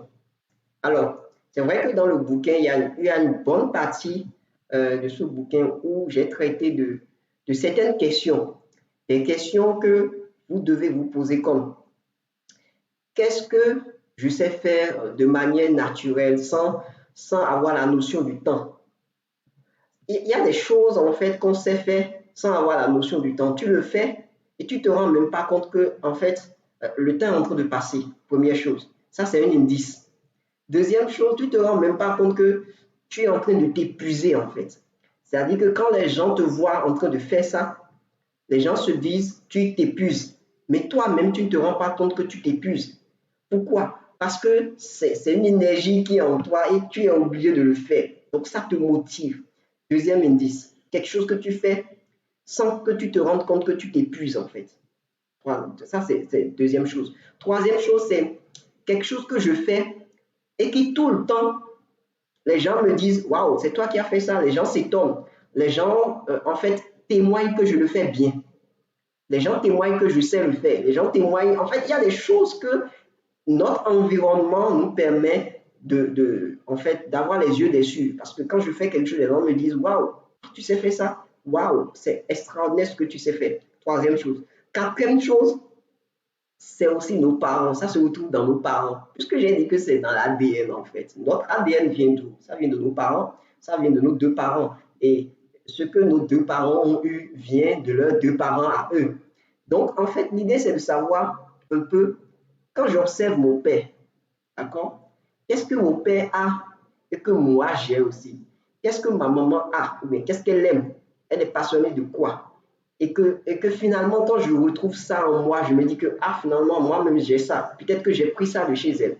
Et peut-être, même si je n'ai pas pris ça de chez elle ou bien de chez mon père, peut-être que c'est un oncle paternel, un oncle maternel ou bien une tante paternelle ou une tante maternelle. En fait, des choses qui se retrouvent tout le temps dans la famille et que finalement, je me rends compte que je les ai. C'est quelque chose qu'une tante a et peut-être c'est ma grand-mère qui me l'a dit, moi-même je l'ai. Et peut-être quand j'étais enfant, on m'a dit, il y a telle tante qui naturellement sait faire la coiffure aux gens ou bien qui aime bricoler les choses, etc., etc. Et cetera. Et donc, quand on m'a raconté cette histoire, je commence par grandir, je me rends compte que en fait, ce qu'on m'a dit là, ce qu'on a constaté dans la vie de cette tante, peut-être, je l'ai aussi. Donc ça, c'est des indices vraiment qui nous permettent de comprendre qu'en fait, il y a quelque chose qui se passe là. Mais quand tu n'es pas éveillé, quand tu n'es pas très attentif, ça va passer inaperçu. Je te donne juste des exemples que moi-même j'ai vécu, que peut-être les gens autour de moi n'ont vécu. Premier exemple que je veux donner, c'est vraiment l'exemple d'une fille avec qui j'ai été à l'université, d'accord? Elle a fait les 5 années à l'université, d'accord? Et pendant tout le temps, elle a pris pour voilà, faire son cycle jusqu'à la fin. C'était une fille qui aimait tresser les gens. C'est-à-dire que c'est en cabine, des copines venaient vers elle, achetaient des mèches et venaient pour demander à la fille, viens me tresser. Elle n'a pas appris ça quelque part. Elle est passionnée par ça. Et donc, elle ne faisait que tresser les gens dans sa cabine. Elle est devenue coiffeuse sans le savoir. Et quand elle a fini en fait son cycle, elle a eu son diplôme, tout ça là. Elle a dit à son père, papa, j'ai fait ce que tu voulais que je fasse. Maintenant, là, laisse-moi faire ma passion, ce qui brûle en moi. Et donc, vous avez un diplôme, elle n'est pas à apprendre. Je vais dire, elle est partie encore se perfectionner, je vais dire, dans la coiffure. Et aujourd'hui, ce n'est pas son diplôme de Bac plus 5 qu'elle gagne en fait. Elle a vraiment le niveau Bac plus 5, mais en vérité, là, c'est finalement, comment je vais dire, cette capacité naturelle de savoir coiffer, c'est ça qu'elle exploite aujourd'hui. elle a un salon de coiffure aujourd'hui. Donc, c'est juste, ça, c'est un exemple qui nous parle en fait, qui fait que finalement on se demande, mais finalement, pourquoi j'ai perdu mon temps, pourquoi elle a perdu son temps pour aller apprendre, je sais pas, pour aller faire 5 ans à l'université. Mais derrière tout ça, c'est que ça nous aide. Même l'école, en fait, nous aide à déployer notre talent. L'école nous donne, en fait, les armes qu'il faut à pouvoir bien exploiter notre talent. Mais l'école ne devrait pas, en fait, enterrer notre talent. C'est ça l'erreur. Toute la connaissance, tout ce qu'on va acquérir à l'école, l'objectif de tout ça n'est pas normalement de nous empêcher d'exploiter notre talent. Mais l'objectif, c'est de faire révéler notre talent. Donc, si j'apprends la mathématique quelque part et puis voilà, j'ai le diplôme, quand je reviens là, je me demande, OK, ce que j'ai appris à l'école là, en quoi ça peut m'aider à déployer mon talent? Et c'est ça la vraie question à se poser. En quoi ce que j'ai appris à l'école peut m'aider à déployer mon talent, pas à faire ternir l'éclat de mon talent? Ça, c'est une grosse question, franchement. Qu'est-ce que j'ai appris à l'école qui doit me permettre de déployer mon talent, de perfectionner mon talent? C'est extrêmement important. Ça, c'est un exemple. Deuxième exemple que je vais vous donner, c'est mon exemple, mon propre exemple. Moi, quand j'étais à l'université, on m'appelait le petit professeur. On m'appelait le petit professeur. Je ne sais pas pourquoi, mais j'imagine aujourd'hui pourquoi. Parce que, en fait, j'avais une capacité à vite comprendre les choses. Et j'avais aussi une aisance à expliquer ce qui est subtil, ce qui n'est pas tangible. J'avais une capacité, en fait, à le rendre très tangible aux gens. Vous savez, il y a des gens qui connaissent, mais qui ne savent pas rendre. Mais moi, j'ai remarqué en moi que j'avais cette capacité-là à savoir rendre, à savoir transférer quelque chose à quelqu'un. Donc, du coup, à l'université, des gens, dans ma cabine, en fait, il y avait plein de personnes. Ma cabine était tout le temps regorgée de personnes. J'avais même pas d'intimité parce qu'il y avait plein de collègues, mes d'amis promotionnels qui dormaient dans ma cabine parce qu'ils voulaient que Rustic leur explique en fait quelque chose. À un moment donné, je me suis assis, je me suis dit, ok, en fait, cette affaire-là, je ne comprends pas pourquoi les gens, en cours, d'accord, quand le professeur explique, ils n'arrivent pas à comprendre. Et puis quand le professeur finit maintenant, ils reviennent vers moi pour demander que je leur explique encore ce que le professeur a expliqué. C'est là que j'ai remarqué qu'en fait, j'avais cette capacité naturelle à moi à savoir convaincre les gens, transférer quelque chose à quelqu'un, conseiller quelque chose. Donc, du coup, quand j'ai fini le diplôme d'ingénieur agronome, je me suis dit, bon, attends, il ne faut pas que j'aille dans les champs. Ce n'est pas mon problème, ça. Ce n'est pas mon marigot. Ce n'est pas le champ qui est mon marigot. Ce n'est pas, comment je vais dire, le troupeau de moutons qui est mon marigot. Non, je ne vais pas aller là. Qu'est-ce que je fais? J'ai dit, bon, maintenant, là, il faut que je trouve un endroit où je vais exercer, en fait, cette capacité à transférer aux gens, à conseiller les gens, à faire tout ça. Donc, finalement, je me suis rendu compte que, en fait, si je m'orientais en fait dans le marketing, cette capacité dans le marketing, tu ne peux pas être un bon marketeur si tu n'arrives pas en fait à créer de la confiance dans le cœur de quelqu'un, donc à convaincre quelqu'un, donc à dire les choses librement pour que la personne crée un lien direct avec toi. Tu n'arriveras pas en fait à vendre. Donc c'est comme ça que après en fait mon cycle d'ingénieur, je suis allé au Ghana et je me suis perfectionné dans le marketing de produits agricoles. Et aujourd'hui, voilà, tout ce que je fais, voilà, tout ce que je fais, ça a une connotation marketing parce que je sens en moi que voilà, ce n'est que ça en fait. C'est mon marigot ça. Mais si à un moment donné, je ne me suis pas posé pour me poser la question de savoir ce qui se passe là, il y a des gens qui me traitent de petit professeur, petit professeur, petit professeur. Ça veut dire qu'en fait, j'ai une capacité à enseigner des gens. J'ai une capacité à rendre quelque chose qui est intangible. J'ai la capacité de le rendre enfin plus tangible pour que les gens comprennent et puis ils épousent en fait la chose. Et c'est ça franchement qui m'a aidé. Si je ne m'étais pas posé cette question-là, je suis très sûr que j'allais me retrouver voilà, dans une forêt et puis dans un champ et puis voilà. Et puis peut-être j'allais trouver de l'argent, hein, j'allais être prospère financièrement. Mais je me serais dit, non, franchement, je ne suis pas dans mon marigot là. Voilà. Ça, c'est la deuxième, comment je vais dire, deuxième exemple que je veux donner. Troisième exemple, c'est l'exemple de mon épouse, en fait. C'est quelqu'un qui, depuis ses 5 ans, d'accord, ses 6 ans, elle aimait cuisiner. Elle n'a pas appris ça quelque part. Elle aimait rentrer à la cuisine de ses parents, prendre des choses et cuisiner. Depuis 5 ans, en fait, personne ne lui a appris. Donc, elle cramait même des mets à 5 ans, mais pourtant, ça ne l'empêchait pas d'aller tout le temps à la cuisine pour voilà, créer des choses, etc., etc. Et donc, elle a grandi avec ça. Et parallèlement, en fait, à un moment donné, elle s'est rendue compte que sa maman aimait également la cuisine. Son père également aimait la cuisine. Donc, elle est née dans une famille où les deux parents aimaient faire la cuisine. Donc, ça, c'est dans son ADN. Malgré qu'à un moment donné, elle est partie à l'université, elle a fait, comment je vais dire, la management des ressources humaines, etc. Elle a eu la licence, etc. Mais, en fait, jusque-là, elle n'a fait qu'exercer peut-être 1 an ou 2 ans dans ce qu'elle a appris. Mais, dans ce qu'elle n'a pas appris, elle est en train de gagner sa vie dans la cuisine.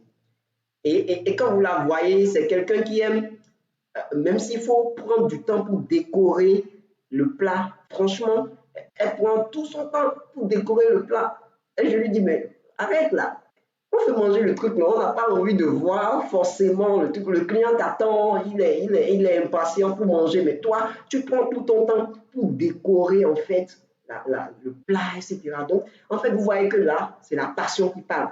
C'est l'envie de faire plaisir à quelqu'un. C'est l'envie d'émouvoir quelqu'un qui parle. Et tout ça là, c'est l'objectif du talent. C'est de rendre service à quelqu'un. De sorte que quand la personne voit, il se dise waouh, c'est extraordinaire, c'est beau, voilà. Et la personne paye pour ça. La personne paye pour ce talent, pour cet impact que vous lui avez donné. Et donc, c'est ça en fait. Donc, j'ai donné beaucoup d'éléments de réponse.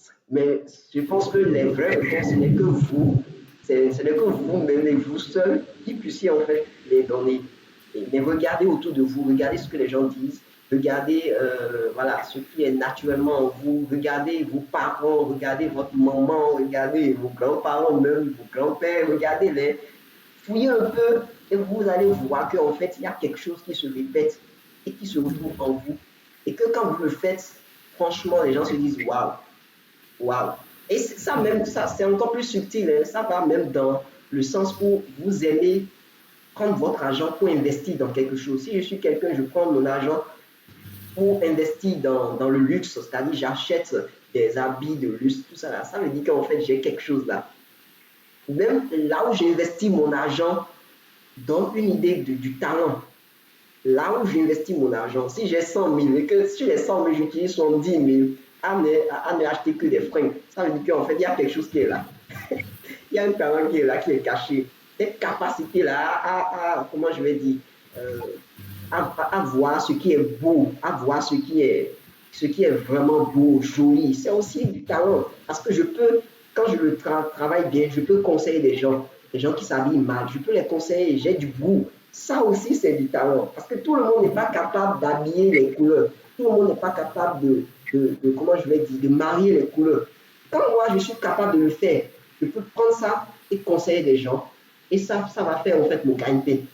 Parce que les gens reconnaissent que oui, j'ai cette capacité-là à prendre du rouge et à le mélanger au jaune, des couleurs bizarres. Et puis avec une certaine aisance, j'arrive à trouver le ton beau. Je ne sais pas comment je vais dire ça. Et c'est ça. Non, c'est vraiment merci. Les exemples là sont vraiment très, très enrichissants. Ça m'a beaucoup aidé. Et j'ai enregistré. Donc, ça me permet et je pense que oui, je pense qu'en gros, il faut s'observer soi-même et son entourage. Et je pense que je vais essayer de faire cet exercice-là. Non, ce que tu as dit, c'est très, très, très riche. Super. Surtout pour ton exemple, on t'appelait petit professeur. Aujourd'hui, ça donne conseiller dans beaucoup de domaines. Donc ça, c'est la base. Merci, Ristik. Merci. Il y a un fil conducteur, quoi. Il y a un fil conducteur tout le long. Tout à fait. Merci beaucoup, Regina, pour cette question. Alors, il est 20h. 17h47, d'accord? Normalement, on doit finir obligatoirement à 21h. Il ne faut pas qu'on fasse plus de 2 heures. Donc, je ne sais pas, est-ce s'il y a d'autres questions, d'autres apports, on pourrait les voir. Ah, ok, j'ai reçu le message de Louise. Infiniment merci pour la présentation de rien. Je l'ai pris au vol, mais je viens de recevoir un message qui a percé quelque chose en moi. Puisse Dieu nous aider et demeurer béni. Merci beaucoup, Louise, pour ce message-là. Merci, merci infiniment. Je pense que c'est une lutte perpétuelle parce qu'on n'arrête pas de se découvrir. Comme je l'ai dit, ce n'est pas juste un talent que nous avons, on en a plusieurs. Et peut-être à 60 ans, je vais me découvrir quelque chose d'autre. Je ne sais pas. Même à 70 ans, tu peux être capable de découvrir encore quelque chose d'autre, de nouveau, parce que c'était là, c'était endormi. Et voilà, tu n'étais pas dans un environnement qu'il fallait, qui allait faire refléter en fait cette capacité que tu avais. Et donc, c'est à 70 ans que tu recommences ta vie. On ne sait jamais. Donc, on ne sait jamais de se découvrir, de s'améliorer. C'est là tout le, tout le piment de la vie. C'est une perpétuelle découverte de ce que Dieu a mis en nous, des choses que nous avons naturellement, pour le mettre vraiment au service des autres qui sont autour de nous. Et c'est ça, en fait, notre richesse. C'est ça l'héritage qu'on laisse. C'est ça vraiment l'impact qu'on laisse. Et c'est pour que, après 10 ans, 50 ans après nous, des gens puissent voir nos œuvres et puissent se dire, waouh, celui-là, là, il est là, qui pas ici. Quand je parle de Jean Pliard, mais même dans 20 ans, je suis très sûr que des gens vont penser encore à Jean Pliard. Pourquoi? Parce qu'il a impacté des générations, quoi. Franchement, avec ses bouquins, il a impacté des générations. Moi, je suis rentré en sixième avec, je pense, le dilemme. Est-ce que c'est lui? Non, c'est pas lui. Je ne sais pas si c'est la fétiche. Voilà. Voilà des bouquins qui nous ont psychologiquement impactés. Donc, c'est des gens c'est des gens qui vont rester dans nos mémoires jusqu'à la mort. Et puis peut-être que nos enfants vont également lire le livre et puis vont rester dans la mémoire de nos enfants, etc. C'est vraiment ça. C'est vraiment ça. Parce qu'à un moment donné, ils ont découvert qu'ils avaient cette capacité-là à faire voyager les gens, à donner des histoires. Et puis les gens croient en ces histoires facilement. Et donc, ils ont écrit beaucoup, plein de livres. Et finalement, ils ont laissé ça pour leur progéniture. Et donc, aujourd'hui, nous, on en bénéficie. Voilà. Donc, c'est vraiment ça l'objectif du talent. C'est pour graver vraiment nos noms voilà, dans les annales de la terre, quoi, si je peux dire ça comme ça. Voilà, c'est un don que Dieu nous a donné, franchement, pour que les gens ne nous oublient pas. Pour que les gens ne nous oublient pas. Le talent, c'est un cadeau de la part de Dieu dans l'objectif de le servir aux autres et pour que ces personnes-là ne nous oublient pas, même si on passe, nos talents, en fait, nos impacts demeurent. Et c'est ça l'objectif. Merci beaucoup. Merci Regina. Où est-ce qu'on peut trouver le bouquin? Ah ouais, où est-ce qu'on peut trouver le livre? Merci de Ouais, le livre. J'ai beaucoup parlé, mais je n'ai pas parlé de l'essentiel. Voilà, où est-ce qu'on peut trouver le livre?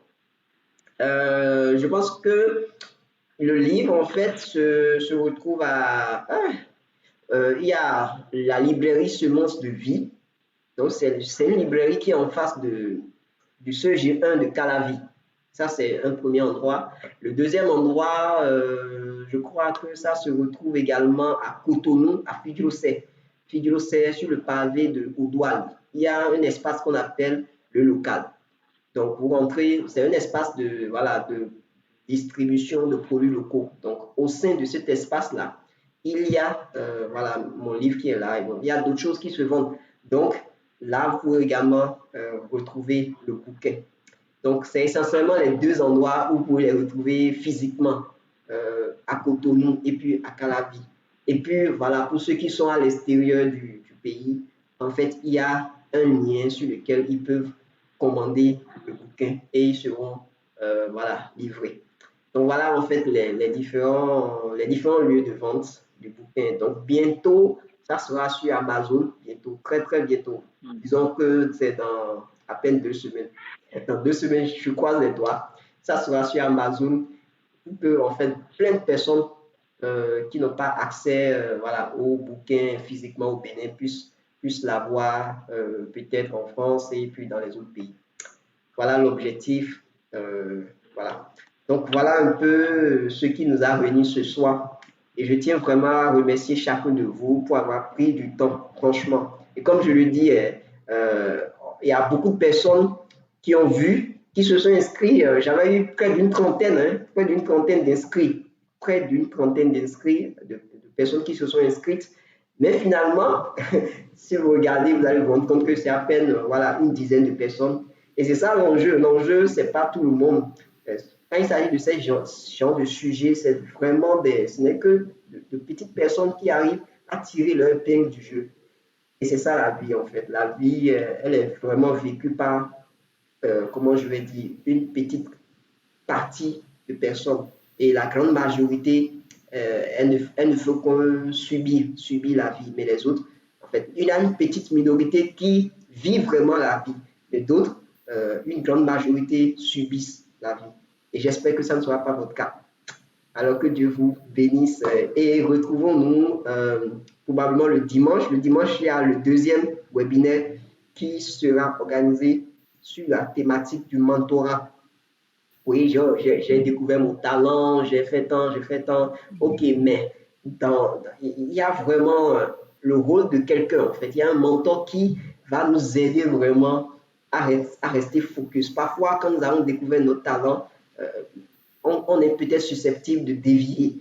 Donc, il y a des gens qui, normalement, doivent nous permettre de rester sur le bon chemin. Et quand nous sommes quelqu'un de très talentueux, il faut rester collé à ces personnes-là parce que c'est des cadres. C'est des personnes qui vont nous cadrer, c'est des personnes qui vont nous dire non, ne va pas là-bas. Vous allez remarquer que tous ceux-là qui ont des talents extraordinaires, mais qui n'ont pas eu des mentors, qui n'ont pas eu des cadres, ils ont dévié, en fait. Ils ont dévié. Il y en a plein. Je ne vais pas raconter toute l'histoire, mais il y a plein de talents comme ça qui n'ont pas eu de mentor, qui n'ont pas eu de cadre, mais malgré leur talent, voilà, l'étoile s'est éteinte finalement et puis ils sont vite partis. Pourtant, ils avaient de très bons talents, mais parce qu'ils n'avaient pas quelqu'un pour les cadrer. Donc, l'objectif ici, à travers cette session, c'est de nous poser les bonnes questions pour pouvoir voir qui est celui-là avec lequel on va rester en contact pour que cette personne nous aide vraiment à maximiser notre talent. Et c'est ça le rôle d'un mentor. Donc, je vous donne encore le rendez-vous pour le dimanche prochain. J'espère que vous serez là. De toutes les manières, je vais partager avec vous les liens. Shalom et puis bonne soirée. Et... Merci, Rustic. Merci beaucoup. Que Dieu te bénisse aussi. Merci. Amen.